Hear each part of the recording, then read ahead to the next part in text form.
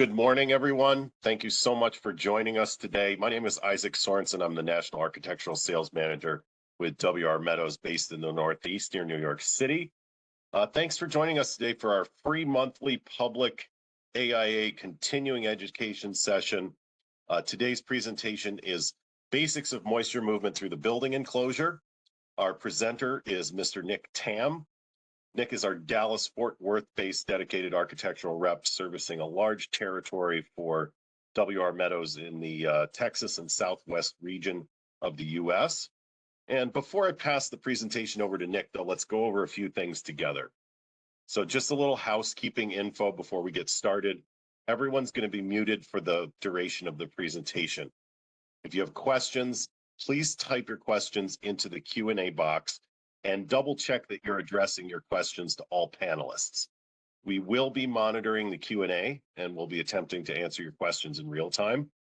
However, if your question requires a lengthier explanation or is a bit more complex, we may hold on to them until the end of the presentation to answer verbally, or we may need to get in touch with you afterward via email for a longer explanation or a phone call. This is an AIA HSW accredited presentation. Everyone will be receiving certificates sent to the email address you provided to us at registration.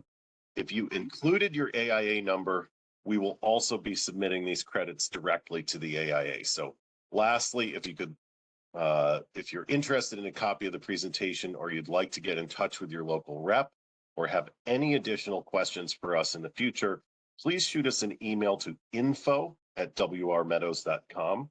And we look forward to answering your questions. Again, please address all questions to the Q&A to panelists. And at this point, I will turn over the presentation to Mr. Nick Tam. All right, thank you, Isaac, and thank you all for allowing me the opportunity to present. As Isaac mentioned, my name is Nick Tam. I am the architectural specialist here in the Southwest region. I actually cover a broad area of territory, which includes Texas, Oklahoma, Arkansas, Louisiana, Colorado, and Wyoming. But I am residing here in the Dallas-Fort Worth area. And without further ado, let's go ahead and get started. So obviously I can't hand a business card through the computer, but for anybody who has any questions or would just like to connect with me, please feel free to take a screenshot of this slide real quick. I am on LinkedIn.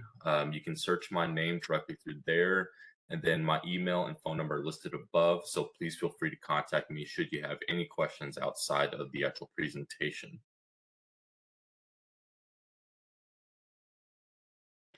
So a little background on WR Meadows. We were originally established in 1926 in Elgin, Illinois. That corporate office is actually relocated in Hampshire, Illinois, where it continues to stand today.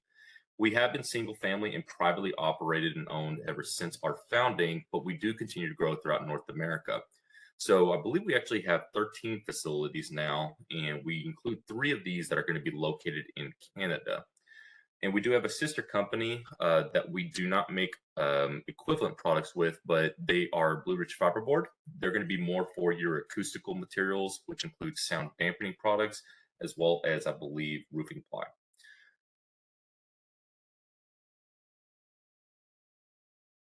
This is a map just to showcase where our branches are located. Our yellow dots on the map are going to represent our actual manufacturing facilities. So these are where our materials are going to be developed.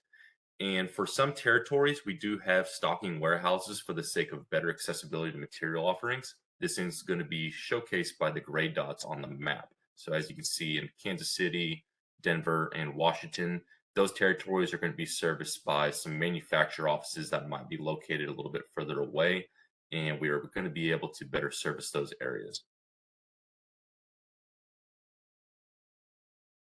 So originally as a manufacturer of expansion joint materials, which includes asphalt expansion joint filler, we later branched out into the concrete world with restoration products. This is going to include your repair mortars, construction grouts, as well as epoxies. And for construction liquids, which is a big part of our business, we are going to manufacture curing compounds, acrylic membrane sealers, penetrating sealers, as well as densifiers and hardeners.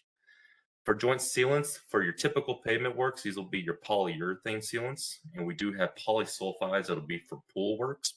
And we also have rubber polymer modified crack fillers that you'll see on typical road construction or restoration. So if you see the black squiggly lines on the roads, those are the materials I'm talking about.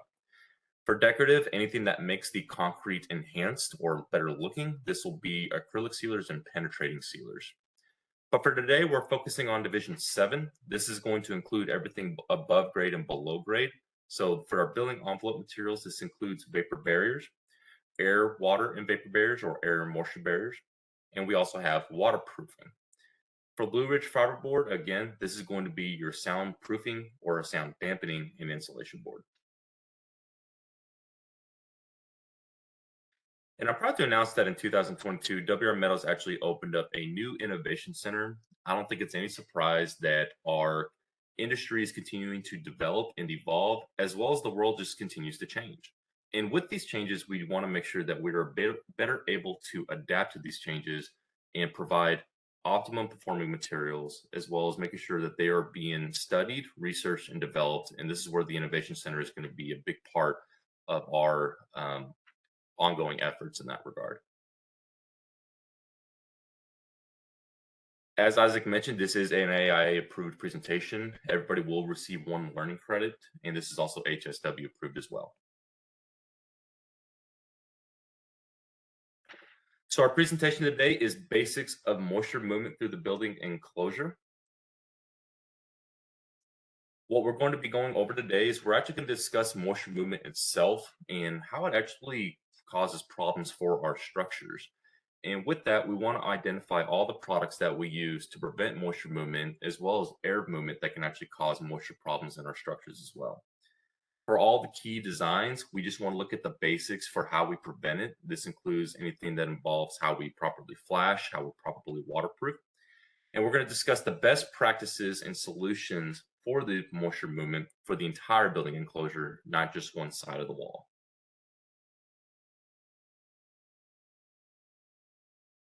So when we talk about the building enclosure, we don't think about just one side, right? We're not going to think about anything that's just exposed above grade. We also have to think about anything below grade, anything that separates conditioned space. And typically, we also have to want to make sure that we're looking at all 6 sides of the structure. So for complete moisture protection, we do have to look at the underslab, the below grade, and the above grade, which includes the roofing. When all these systems work together and they have proper segmentation, this is actually how we get the optimum performance for moisture protection.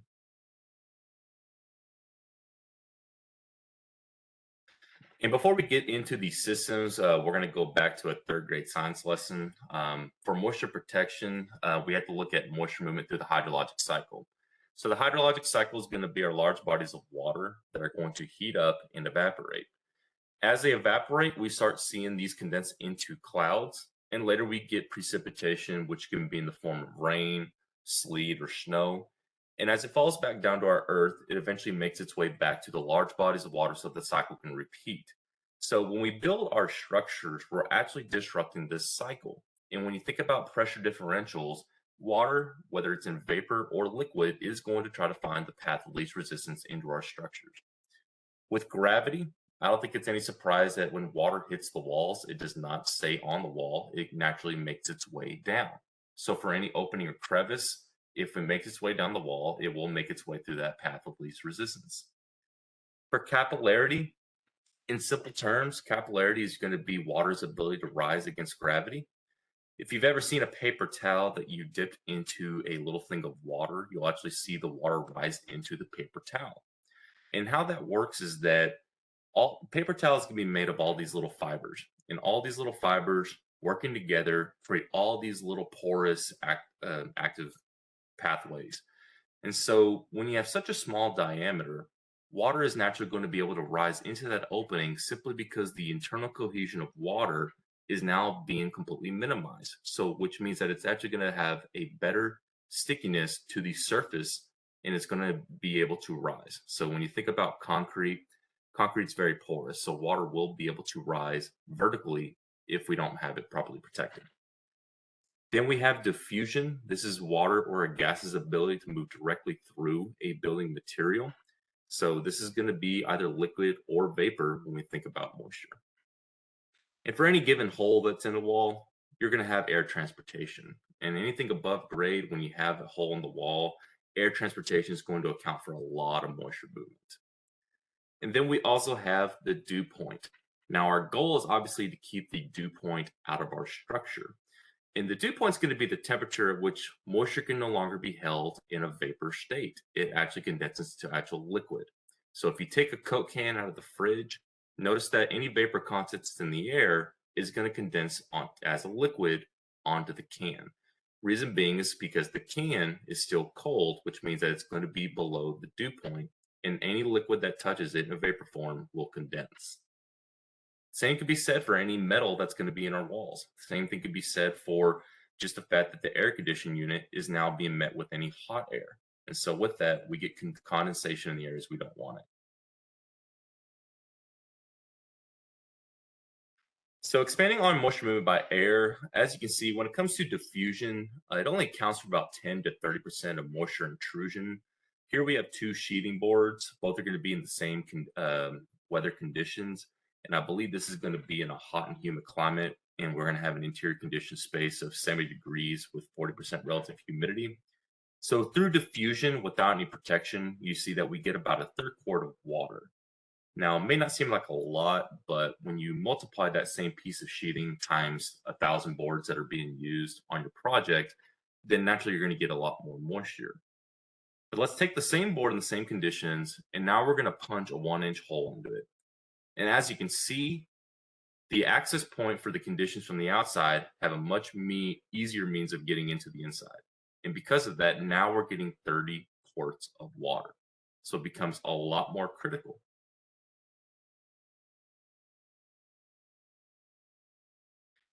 And so I mentioned having a hole in the wall, but air leakage can come in a variety of different ways. And as you can see from the graphic on the right, it's really not in a straight line. You have a few holes there, but ultimately, anything that's going to be connecting is going to be a pathway for air leakage to occur. Our building envelope is going to have a lot of different connections, a lot of different materials that have to work together. And for each connection that's being made, we're going to have access for air and moisture to come into play. So if we're in a warm climate, think about this, is that with a lot of bulk air leakage, we're going to have our interior conditioned space be displaced by the warm air on the outside. What does that do? Well, potentially moves our dew point to the inside. And if we had the dew point meaning on areas such as wood, steel, or insulation, this is where we get damage. And with the damage, what we see, we're going to have a structural integrity issue. But also think about the fact that the HVAC systems are continuously overworking because they're having to accommodate the HVAC system as well. So I already mentioned the HVAC systems and the overall sizing that can be associated with a lot of costs, as well as the fact that we are increasing energy output when they're continuously overworking. But as far as the damages to wood, I think one of the most common things that we see is mold. And so wood has cellulose, and when it's continuously exposed to moisture, that's where we're starting to see mold. And when you look at a cold climate, such as the picture on the bottom right, this is going to be where the heat from the inside is actually going to start escaping to the outside. And because of that, any of that vapor content from the heat is now condensing as ice onto the face of the brick here. And so whether it's just ice forming or any efflorescence or even deterioration of the brick, this is something we had to protect against.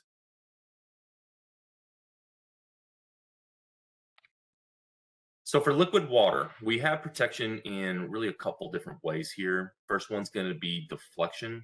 So when you think about a sloped ceiling, or excuse me, sloped roof, the incorporation of eaves, metal drip edges, these are naturally going to help water deflect away from the structure. That also includes if you have a sloped landscape around the building. But then we also have drainage. So if water gets behind the facade, then naturally we want it to be able to get down and we want it to be able to escape away from the structure as well. And how we do this is we're going to incorporate flashings that are going to actually be able to channel water down and through the wall.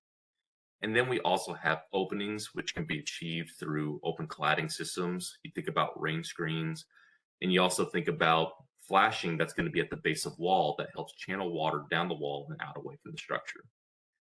And for our capillary breaks, these are going to be anything that separate the interior conditions from the exterior. So these will be your waterproofing membranes as well as your above grade air and moisture barriers.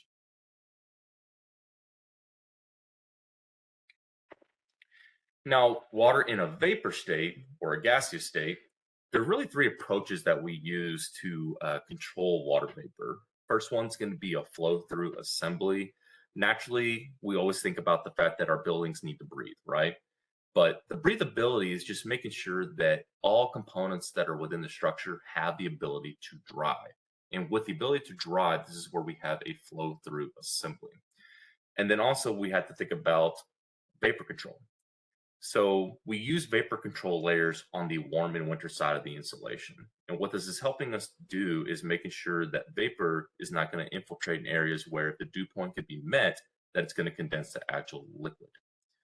And lastly, we also have our thermal protection, which is controlling surface temperatures where condensation can occur using insulation. I don't think it's any surprise that in our northern climates, by code, they're typically going to have continuous rigid insulation outboard of the walls, but not every project is going to require rigid insulation outboard. And so we just want to make sure that we are designing the building with optimum drying capabilities.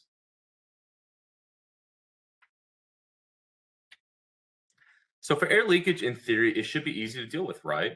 Put a membrane on the wall, make sure that there are no gaps left untreated, and that all cracks are pre-treated prior to the membrane. But in reality, it is easier said than done because there are a variety of factors that can affect the effectiveness of the membrane system. Looking at the picture on the right, as you can guess, this is definitely not up to code, but this is a real project that was uncovered.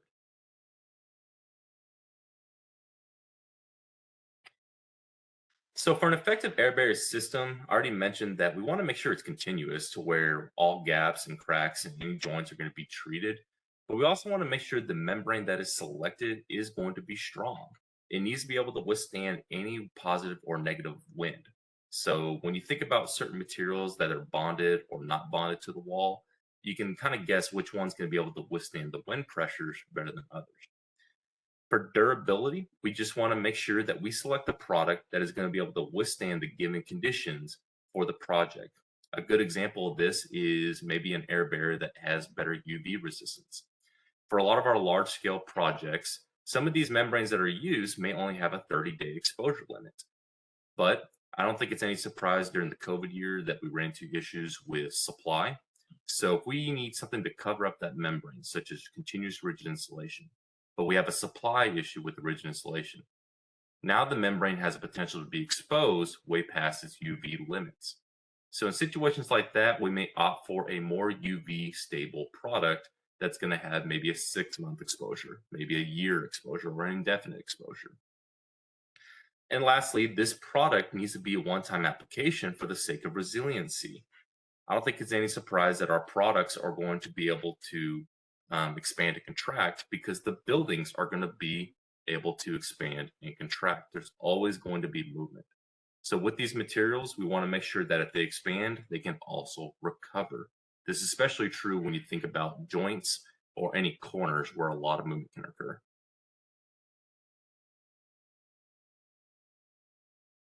So getting into the meat of the presentation, we're going to go over the different air barrier materials, and I mean air barrier as a general term. So the two most common methods that we see for your typical commercial projects are going to be your sheet applied and your fluid applied. And both of these products can come in vapor permeable or impermeable. But starting with your sheet applied air barriers, a lot of times we have to think about which product do we want. Do we want sheet or fluid? Both are going to be able to perform the same, right? Well, sometimes it's about the conditions of the building as well as some external factors as far as labor and time it takes to install. So suffer here sheet membranes, The most common benefit that we see with these materials is that they're going to be controlled thickness. When you think about fluid applied membranes, we are at the mercy of the subcontractor to install it at the correct mill thickness, and the mill thickness is going to be where we pass those ASTM standards that we need to meet.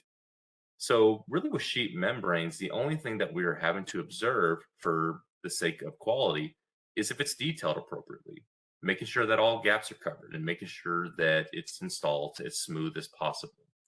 And because they come in a permeable makeup as well, the permeable sheet membranes are actually going to be able to come without a primer. So your impermeable sheet membranes are actually going to require a primer because they're going to consist of rubberized asphalt, and asphalt is going to be impermeable to vapor.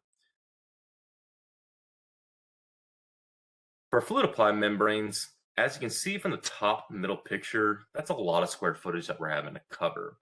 So where the fluid applied membranes are really going to serve as an advantage is the fact that they don't require a lot of labor to install, and it's typically going to be a lot of square footage covered in a short amount of time. Other benefits are the fact that we have evolved in this area quite a bit over the years, and we have different chemical formulations. So you can have water-based acrylic membranes, you can have asphaltic membranes, STPE membranes, as well as synthetic rubbers. And so with these materials, really, we're just needing to make sure that they are installed cleanly. I definitely recommend contractors that are certified by ABAA for your large critical projects because they're going to have a little bit more consistency when installing these membranes at a specific thickness. And then we also have foam to place insulation. Foam to place insulation is going to be really what we call the holy grail because it can act as all four control layers: your air control, your vapor control, your water control, as well as your thermal control. Do you note that these are not to be used typically with steel stud structures simply because steel studs are very conductive and we get thermal bridging? So, where we see this material is typically going to be in wood structures. And while they come at a high cost, depending on the budget of the owner, a really good product to use.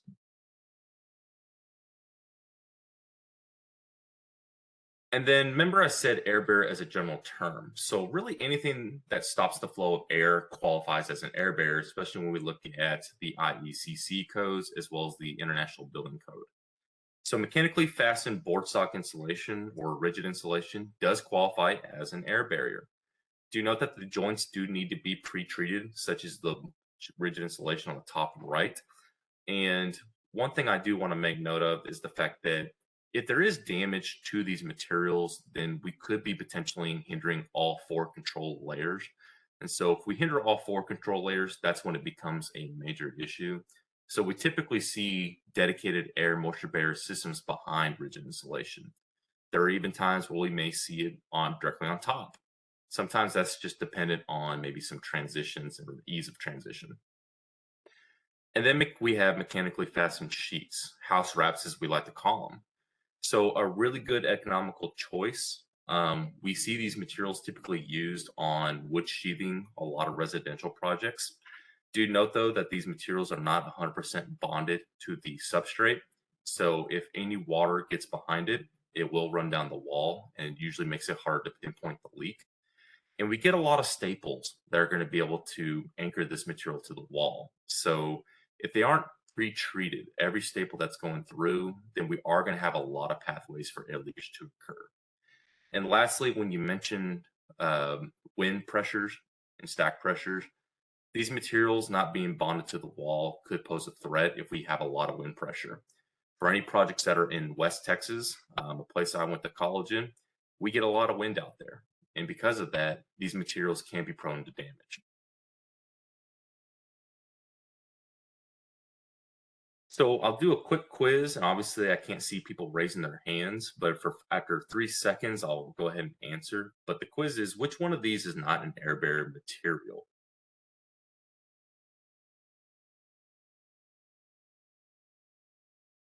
A lot of people look at the peanut butter and the gum wall and they think those are pretty suspicious. But this is a trick question. All of these will qualify as air barriers. As I mentioned earlier before, when you think about code and what ASTMs that we're trying to meet, really anything that just stops the flow of air will qualify as an air barrier. But what the codes aren't really going to take into account are, do they have waterproofing capabilities or water resistive capabilities? Do they also have the ability to be UV stable? And do they have good flexibility in elongation and recovery characteristics? And so I'll be honest, I've never seen a building with peanut butter, but naturally, we just want to make sure that any membrane that's on the wall is going to be able to perform and make sure that it can withstand all capabilities that we expect on the structure.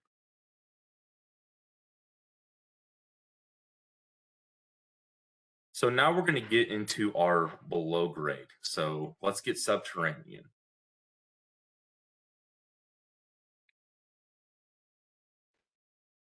When we think about liquid water in a below grade setting, oftentimes I don't think it's any surprise that there's always going to be water present in the soil contents.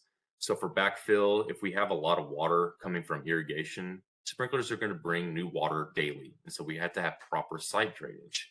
Also, if the building is located next to a high body of water, such as an ocean, lake, or even a river, water actually has a propensity to move laterally with ease. And with that, we have to make sure that we have proper protection and even proper drainage to make sure that we can channel water out away from the structure. Also, for cracks, these are going to be a path of least resistance. And with cracks, water can easily move through it, no matter how small that crack actually is. For improper waterproofing details, this can either be from installation from the contractor or it can be improper design.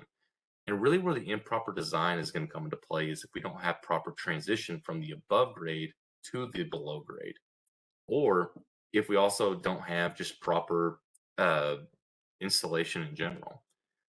If the grade does slope towards the structure, this is where we have to have proper site drainage. This is where we see incorporation of French drain systems around our structure, and naturally we can channel water away. Excuse me. For waterproofing common substrates, no surprise, we're going to have concrete, and we will oftentimes see CMU block walls below grade as well. And shotcrete, I see this quite a bit for blindside applications. We'll expand on that here in a little bit later. And in some situations, we may see plywood. Now, plywood also we will see in blindside applications, but if this is going to be our primary structural wall, this is really going to be where we have to have critical waterproofing because plywood is going to have the potential to just completely deteriorate with the continuous exposure to water. So each one of these are going to have their own inefficiencies.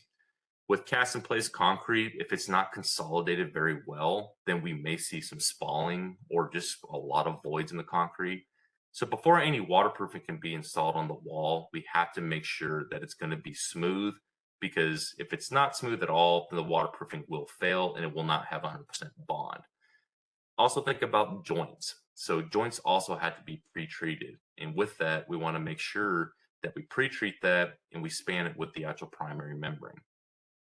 For concrete block, when you look at the picture in the middle there, this is actually an above grade photo, but we see this sometimes below grade as well. If the joints are not lined up properly, you're not going to have a proper substrate for the membrane to properly bridge all those irregularities. And we have to think about the fact that if we use a fluid applied membrane in this sense, we may experience vapor drive. And with vapor drive, this can cause bubbling of those membranes. So we want to make sure that we understand proper installation practices to kind of mitigate some of those bubbling issues. So what determines the extent of the actual water penetration? Really two things that go hand in hand. The permeability. The permeability is simply going to be the ease of which fluids or gases flow through. So you think about the diffusion that I mentioned earlier in the presentation.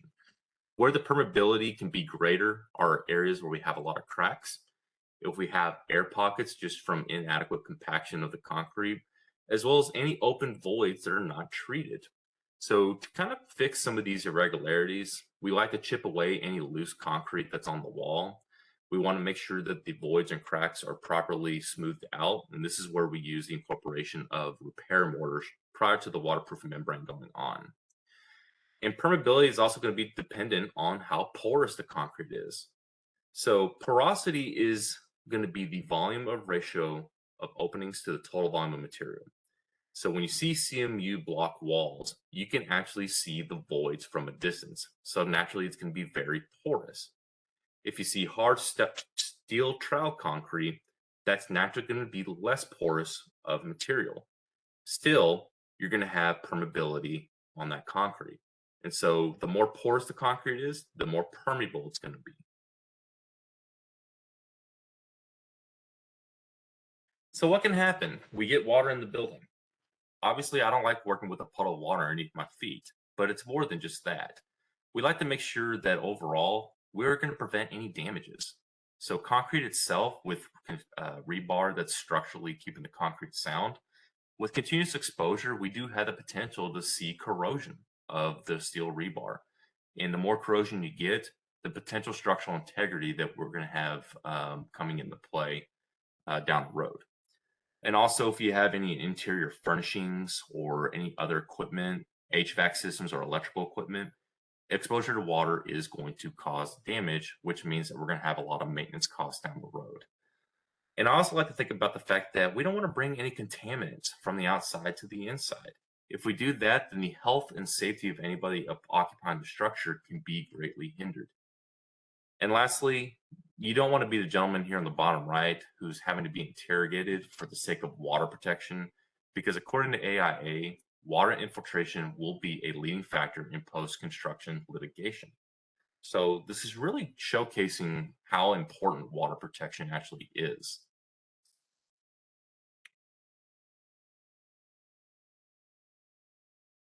Now, when we select waterproofing systems, there are so many different products that are available in the industry. And if it was as simple to choose one product for every situation, you wouldn't have as many manufacturers as well as many different competing products. So one thing we like to really highlight is that there is not one system for every situation.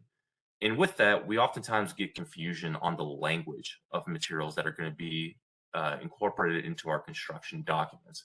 So we're going to differentiate between dam proofing, waterproofing, and vapor proofing, and really give an idea of where one product may be preferred and where one product may be sufficient enough. So oftentimes I will see dam proofing in situations where waterproofing is needed, or we'll see waterproofing used where dam proofing will be efficient enough. So the difference between the two is simply going to be the fact that one will resist hydrostatic pressure and one will not. Dam proofing, which will typically be your lower end membrane material, these were the original materials for moisture protection in the past, but we continue to evolve. So these materials are typically going to be asphaltic membranes. They're going to be pretty much used in any area where we don't expect a lot of critical water protection. Think about crawl spaces. Think about areas where we're not protecting from conditioned space. And in these scenarios, we actually see these products used quite a bit in Colorado. But these are materials that are not going to be able to withstand hydrostatic pressure. They also do not have great crack bridging capabilities.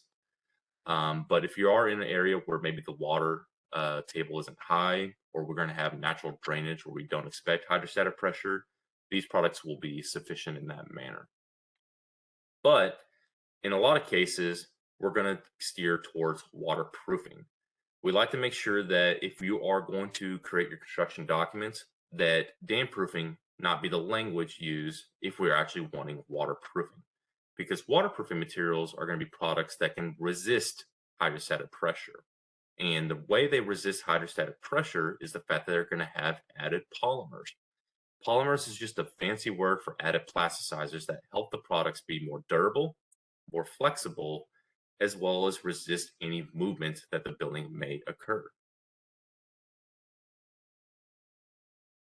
So we already passed dam proofing products. We're going to go ahead and go over waterproofing material types. And there are 4 different types that we will see in the industry. We'll see sheet membranes, fluid applied membranes, cementitious membranes, as well as blind-sided and under slab waterproofing membranes. To start off, we'll go with our self-adhered sheet membranes. Really one of the most widely used products in our industry today for typical waterproofing. Reason being is because it's been the most consistent These are products that are going to be rubberized asphalt laminated to a plastic polyethylene carrier film. And with these products, they can be used both vertically and horizontally, and they will require a primer for adequate adhesion to the wall. Rubberized asphalt, as I mentioned for the air barriers earlier, rubberized asphalt needs to have adequate bond, but they cannot bond by themselves. And so we will use primers to make sure that we get really good adhesion to these substrates. So where we typically see these products, you'll see them on plaza decks. We'll see them for any below grade wall that is going to have a post-applied excavation nature and receive backfill against it. And like our air barriers that are sheet applied, these are controlled thickness. So really probably one of the most demanded products, but these are products that are going to be able to be consistently applied across the board as long as they're smoothly applied and make sure they're detailed appropriately. And then we have thermal fusible torch-on membranes. And so with these sheet membranes, we don't see them too often here in the South. Our friends up in the North, maybe in Canada, they may see these products used quite a bit simply because they will experience construction during temperatures that are consistently in the 20s or even the teens or even below that. And so your typical sheet membranes, they may not be able to withstand those temperatures. They become too stiff, too rigid, and they do not get good bond to the substrate, even with the use of a primer. So how these products work is that they will roll the sheet of rubberized asphalt. They will use an open flame to actually melt the membrane, and this is how we achieve that bond. Now, they can be used both vertically and horizontally. I recommend having approved applicators for this type of material because safety is a factor. And if you're going to roll this vertically, I don't know if I trust somebody with a flame near my fingers as I roll it down. So contractor is going to need to use proper means and methods when installing this material.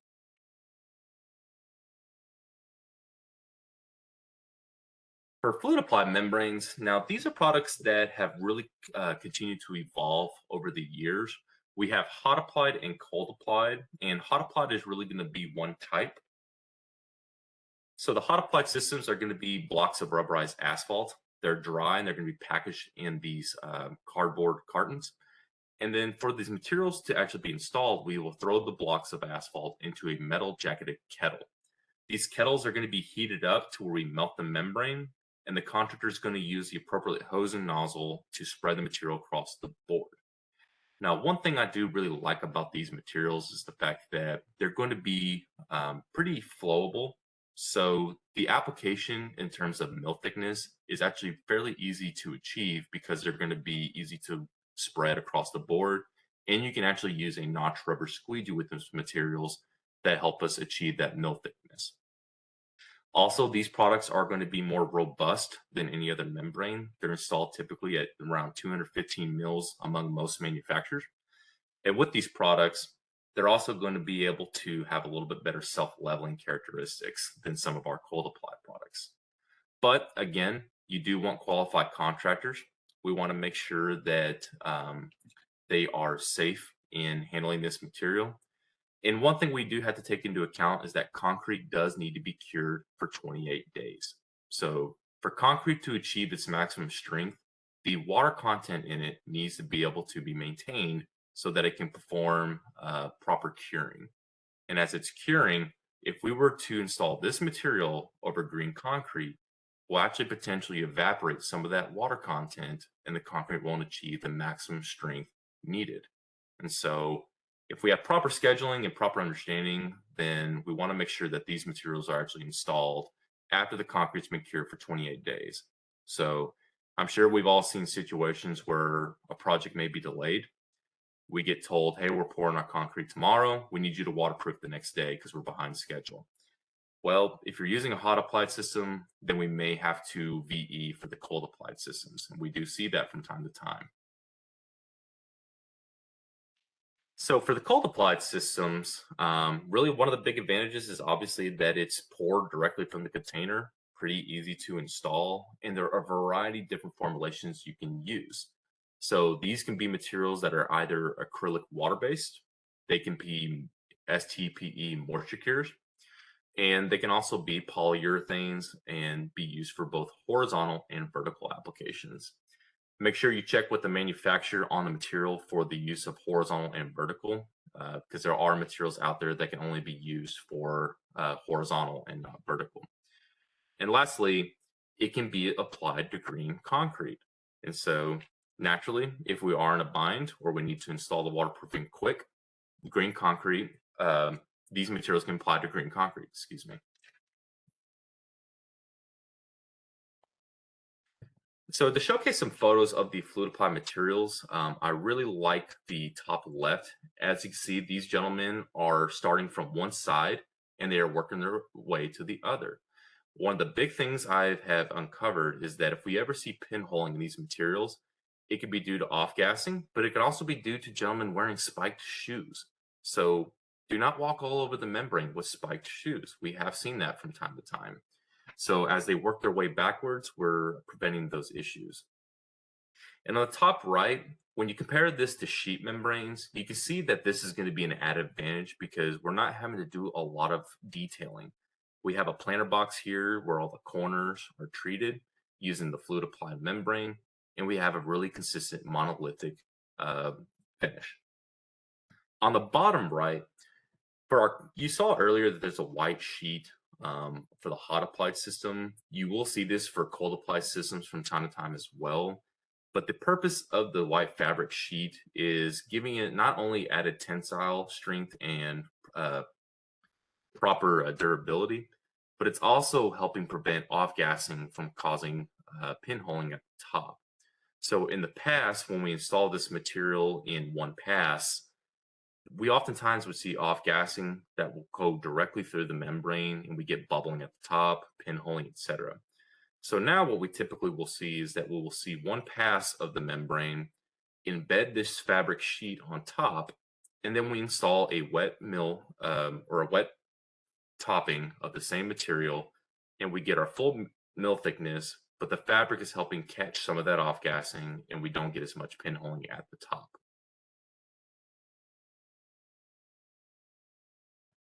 Now we get into blindside and underslab waterproofing. So these are areas where we do not get excavation.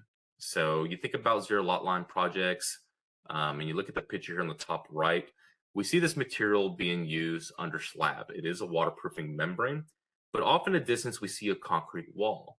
And this material is actually behind that wall as well.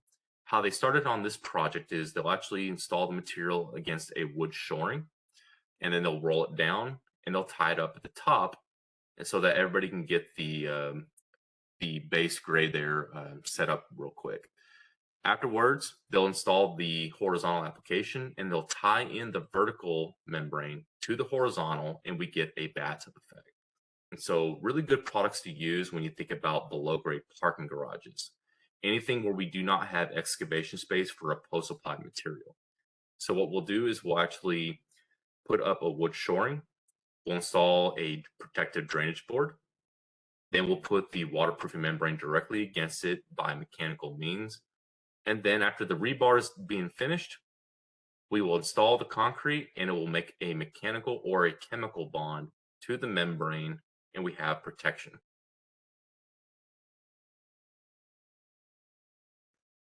So as I mentioned, protection, pretty much most manufacturers are going to require protection in some way for their waterproofing membranes. And we have a couple different materials that you can use in this regard. Typically, we will see prefabricated drainage boards, but for some less critical, we will see protection boards that are asphalt boards. I have seen situations where XPS insulation is used. That is perfectly fine, and you can even incorporate drainage boards on top of that as well, should it be necessary for the sake of alleviating hydrostatic pressure. But the prefabricated drainage layers being the most common simply because they're dual purpose. Now, when we incorporate French drainage systems and we're trying to alleviate hydrostatic pressure, the dimpled drainage boards are allowing moisture to pass through it as well as channel down naturally to the French drain systems and away from our structure. How we select the material is going to be based on the flow rate, the compressive strength, and the soil retention.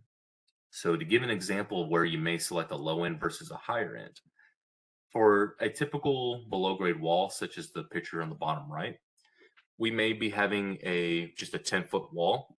The backfill against it may not be hard gravel, and we don't expect a lot of heavy hydrostatic pressure. So we'll opt for a lower inch drainage board that the plastic is going to be durable enough, and we don't have to worry about the fabric being damaged by the actual backfill against it. However, let's take a horizontal application where we have a split slab concrete deck.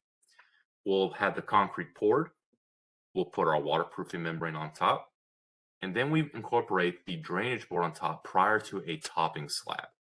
Now, when you think about topping slabs, naturally you think concrete's going to be pretty heavy, but also think about the fact that we get a lot of foot traffic. We may even experience wheel traffic. And with that, we have to make sure the drainage board is going to be able to withstand that pressure. So we're going to opt for a higher end board with better compressive strength. And typically your higher end boards are also going to have a much more durable fabric because we don't want the concrete to punch the fabric into the dimples. So if we use a lower end board, the fabric will oftentimes tear, and then it defeats the purpose of having a drainage board in the first place. And we also have in the waterproofing section cementitious. So cementitious come in two forms, either in crystalline or an actual cementitious membrane. So really good products to use on anything that's going to be exposed indefinitely to UV. The reason being is because your typical waterproofing membranes are going to have some UV exposure limits. So for any wastewater tanks or anything above grade that we want protection, we're going to use cementitious products that can withstand UV indefinitely. So for crystalline, these are going to be materials that are not actually leaving a membrane. They're going to penetrate the concrete, react with the free lime, and form new calcium silicate hydrate. So just think of it as plugging the pores of the concrete. Where cementitious membranes are going to be more advantageous is the fact that it will bridge cracks. It's not only going to bridge cracks, but it's also going to make sure that we're not just relying on the crystalline reacting with all the free lime in the concrete. With flexible cementitious membranes, these are actually really good for making sure that we are holding water within a tank. So you think about aquatic centers, anything like a high-end water tank. We like to use these on the interior side because they can actually bathtub it and make sure that it can escape to the outside. And you can actually use these materials in both potable water, and if we need chemical resistant formulations, those are available as well when you think about wastewater. So I already mentioned wastewater tanks, but you can also use them in elevator shafts. We do see these in parking garages from time to time. If you think about some of those concrete columns in the parking garages, really good product to use for the sake of protecting the structural components within the concrete. With the products being breathable, that means that vapor will be able to pass in and out, so we're not trapping it within those concrete columns as well. And we may even see this for restoration projects. I think that restoration projects such as basement walls that are going to be leaking, we like to use a hydraulic cement repair mortar to actually repair the leak, but then we can actually use the cementitious membrane on the interior side, and we're having better protection, and it will not take too much time to reoccupy the area.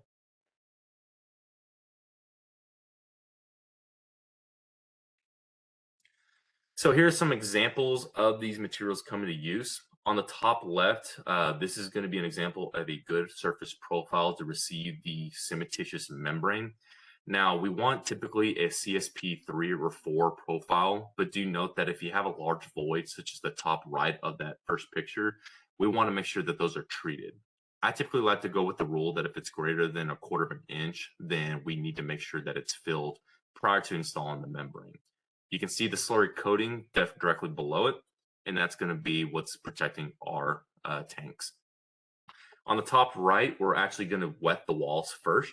So this gentleman's wetting the wall because for this membrane to have proper bond, especially when you think about crystalline penetrating through the concrete, we want to make sure we have a reaction, so we will wet the walls prior. On the bottom left, this is going to be I believe, a reservoir tank, and so we have the gentleman installing it on the inside. It's the same as on the bottom right. This is going to be a tank that is actually receiving a chemically resistant waterproofing cementitious membrane.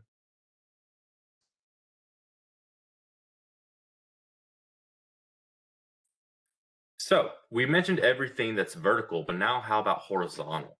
You think about anything that's going to be underneath concrete on the grade, we know that vapor is always going to be present, right?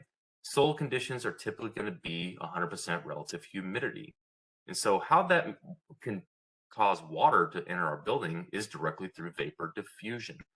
Concrete itself is not a good vapor barrier, so naturally we're going to put something underneath it to help protect the vapor from coming directly through. So not to throw a lot of numbers, but I'm going to look at two different conditions. So as I mentioned earlier, soil conditions, they're going to be around 55 degrees and typically 100% relative humidity.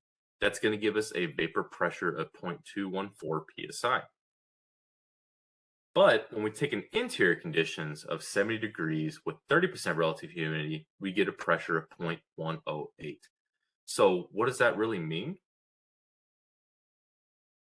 It gives us a delta or a difference in pressure of 0.106 psi or 15 pounds per square feet. What that means is that that's going to incorporate the 10 gallons of water per 1,000 square feet per day, every day for the life cycle of the structure. So as you can imagine, this is very critical for underslide protection as well. When we don't have proper underslide protection, this is where we get a lot of flooring issues. So if you use anything that's going to be sensitive on top, such as tile adhesive, maybe carpeting, maybe wood flooring, gym floors, anything like that, with a lot of vapor pressure, that's when we start getting warping. We get blistering or delamination of any of those adhesives and the tiles themselves. But it can actually cause damage to the concrete itself, especially when you start getting rusting of the rebar. With the continuous corrosion, it can actually cause rust stains that will make its way to the top of the concrete.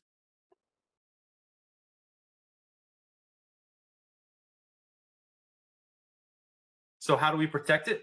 Well, most common products that we see are plastic vapor retarders. And so these products are going to be manufactured with high grade virgin resins. Your lower end materials will typically use a lot of recycled plastics, which can actually degrade with constant exposure to UV or just constant traffic going on top. And when you think about some of the chemical contents in the soil or alkali, these can actually potentially degrade some of those lower end plastics. And so the material defining standard for these plastics are going to be ASTM E1745. These are going to be typically class 1 vapor retarders that we're using. And with it, they're going to be probably the most economical choice for vapor protection. We do like to have insulation requirements. These are going to be followed by ASTM E1643.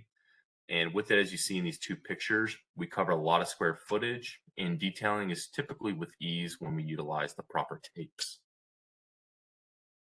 Do note, though, that while it can protect against radon, if we had to incorporate methane protection or any other BTEX contaminants, such as brownfield sites, we may opt for a higher end barrier, which will actually qualify as below grade gas retarders. And so your typical products will be around 10 to 15 mil for these plastics, but for your gas retarders, we may see 20 mil thicknesses. Now, at one time, ASTM did recognize vapor barrier and vapor retarder as the same thing. Now, when I think about terminology and I think about vapor protection, I think it's important to note that all vapor retarders are going to allow some vapor permeance. So, vapor barrier is really going to be more of a marketing term than anything. But for it to qualify as a vapor retarder, a class 1 vapor retarder, we're going to have a passage of zero point 0.1 or less herms through the material. For it to qualify as a true vapor barrier, it has to have a perm rating of 0.01 or less. And so when you think about those sensitive floorings, like wood gym floors, then this is going to be a situation where you need a true vapor barrier.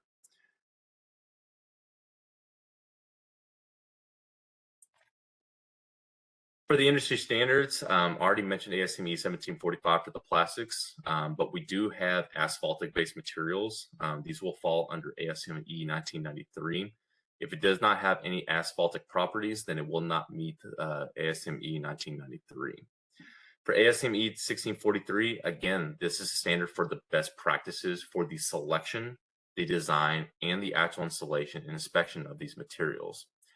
And we also have the American Concrete Institute, or ACI, not really what I would call standards, more to serve as a guide. And so they will have principles when we talk about the selection of these vapor retarders, especially when you think about any floors that do have specific, flooring on top that could be sensitive. And these are really good to use for the guide of selecting a material.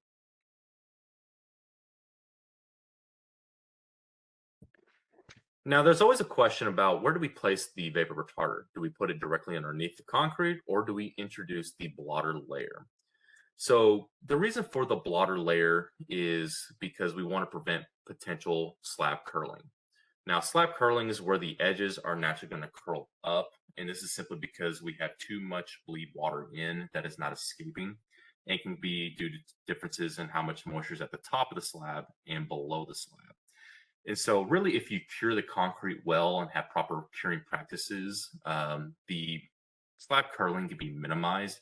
I'm partial to having a plastic vapor retarder directly underneath the concrete because even though the blotter layer on top can technically protect the vapor retarder, damage can still occur just from people walking on it. And that's especially true when you think about gravel. So, rule of thumb, a little permeance through your vapor retarder is going to be a lot better than having a hole that we weren't able to take care of prior to the installation of the concrete on top.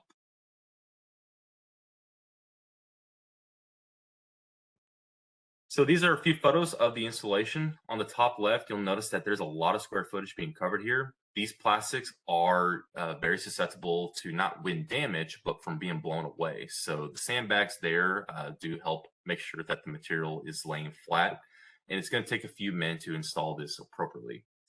In the middle, for all joints and overlaps, we're using a vapor retarding tape. And the picture on the right really shows a good, clean application. Everything that's going directly through the retarder is going to be treated prior to the concrete going on top. But notice the cluster of penetrations there in the middle. Now, not every project is going to have penetrations that are consistently in a straight line, nor are they always going to have a good amount of space in between them for them to be properly taped. So when we see large clusters of penetrations, this is where we may have to get a little bit creative. We have seen situations where we will build a dam around the cluster of penetrations, and then we will pour either a liquid membrane or an epoxy into that reservoir so that we can get in and around each penetration. Because asking the contractor to properly tape each penetration when it's really hard to get accessibility, not really the best method. Now, factors that can include the product effectiveness. Obviously, we can have the best design and material selected, but if we don't have proper application or proper substrates, then it's going to render it useless. So this is where quality assurance is really going to come into play, and that can be done in pre-construction meetings, as well as getting with your manufacturer reps prior to the construction beginning. And for the design and specifications, we get into the construction documents. Do note that we have performance requirements. So any products that are selected, they should have those ASTM standards met. They should be listed on their data sheets as well as even on the guide specifications. Make sure that if we use multiple manufacturers that they are as similar as possible. If not, then typically the cheapest product is going to be bid. Also note that if the manufacturer provides not only the waterproofing, it may be beneficial if they provide also the above grade. And so make note that that makes the warranty a lot more consistent, and it also ensures that we're going to have compatibility among peripheral systems. And in some situations, trying to finish up here quickly, we have a CMU block wall here for an above grade application. We have the brick ties already installed. Naturally, what air barrier do we want to use here? Well, how many of you would like to use a sheet membrane on this and poke a hole for every brick tie? In situations like this, we'll typically opt for a fluid applied membrane. It will be better equipped to go over the brick ties. And because it's a CMU wall, we'll be able to potentially install this in 2 passes so that we can prevent as much off-gassing and vapor drive, which could cause bubbling of the membrane, like your sheet membranes. Also note that if we have to choose between a low build, medium build, or high build, as I mentioned, CMU is very porous. If we use a low build, oftentimes it may bleed directly through it. So the medium builds or high builds are typically going to be preferred in this regard. And finally, I already mentioned, but pre-construction meetings are a must. Do note that for all the trades that come into contact with the barrier, it's good if they understand exactly the scheduling, the sequencing, as well as where compatibility can be an issue. That's especially true when you think about the mock-ups, because we're not just here to see how pretty the wall is going to look. We're also here to see what's touching, if the segmentation is possible, and if we can verify the compatibility for everything that is touching. So in summary, we ironically need water to live, but we want to live without it. So we want to make sure that we control moisture movement and air leakage for the long-term success of our structure. And we do this through proper design, as well as proper material selection, as well as understanding the performance requirements, as well as where the building is located and what type of use it's going to be.